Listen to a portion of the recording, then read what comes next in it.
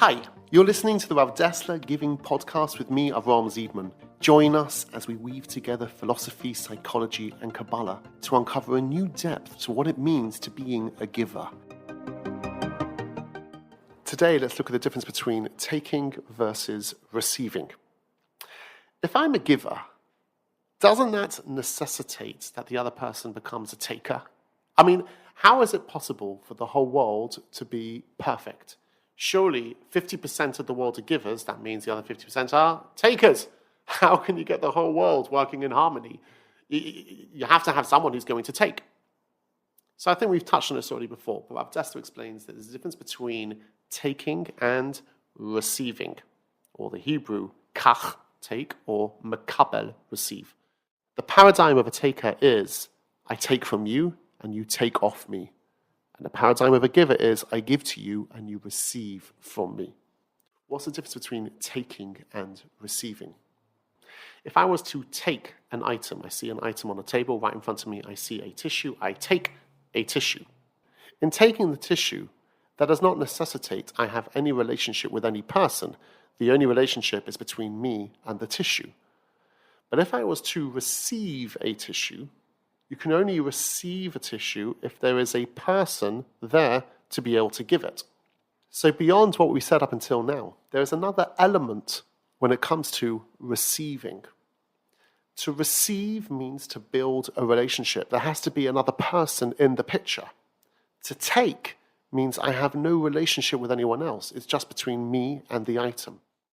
I remember the story of Rabbi David Aaron. He says that he once went to a Kabbalist and this rabbi held out an apple to him, and he took the apple, and this was in front of the whole yeshiva, and they shouted out, "No, don't do this!" It's like, what did I do? What did I do? He put the apple back.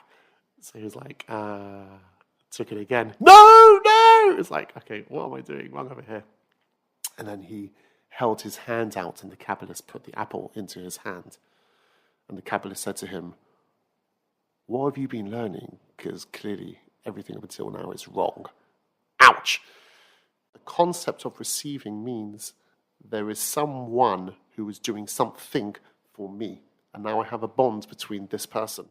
Just to give another example of this, which I've heard from Rav Leuchter. He said, imagine you're in Israel and you want to get yourself a falafel. So you go to a falafel stand, and the guy says, "You want a lafa? You want a pita? I'll go for the pita." So he cuts open the pita and he opens it up. He puts the falafel balls inside. He says, "Okay, what do you want to have inside it?" "Okay, I'll have some salad. Okay, hummus. Yes, tahina. You want it charif? You want it hot? Okay, fine. I'll have a bit of that cabbage over there. Yeah, a bit of za'atar. Yeah, a bit more, a bit more gvaniyot. Yeah. Also, yeah, some of that, what do you call it? That aubergine stuff. Great. Okay. Anything else? Yeah, a few chips as well. Okay, and he wraps it up. Stop! What's the color of the guy's eyes? Huh? What's the color of the guy's eyes who just made you that pita? I don't know. Who cares? It's inconsequential. It's not about him. My eyes are only focusing on his hands, moving that pita bread from one dip to the other to the other. Because I'm not trying to build a relationship here. It's not about him. I just want to take it. But in the world of a giver, I don't want to take. Every opportunity to receive is an opportunity to build a relationship. I guess something for us to think about. Next time that anyone gives you anything, someone passes you something, don't just look at that item, look at them. Be great, be a giver. Use these opportunities to build relationships.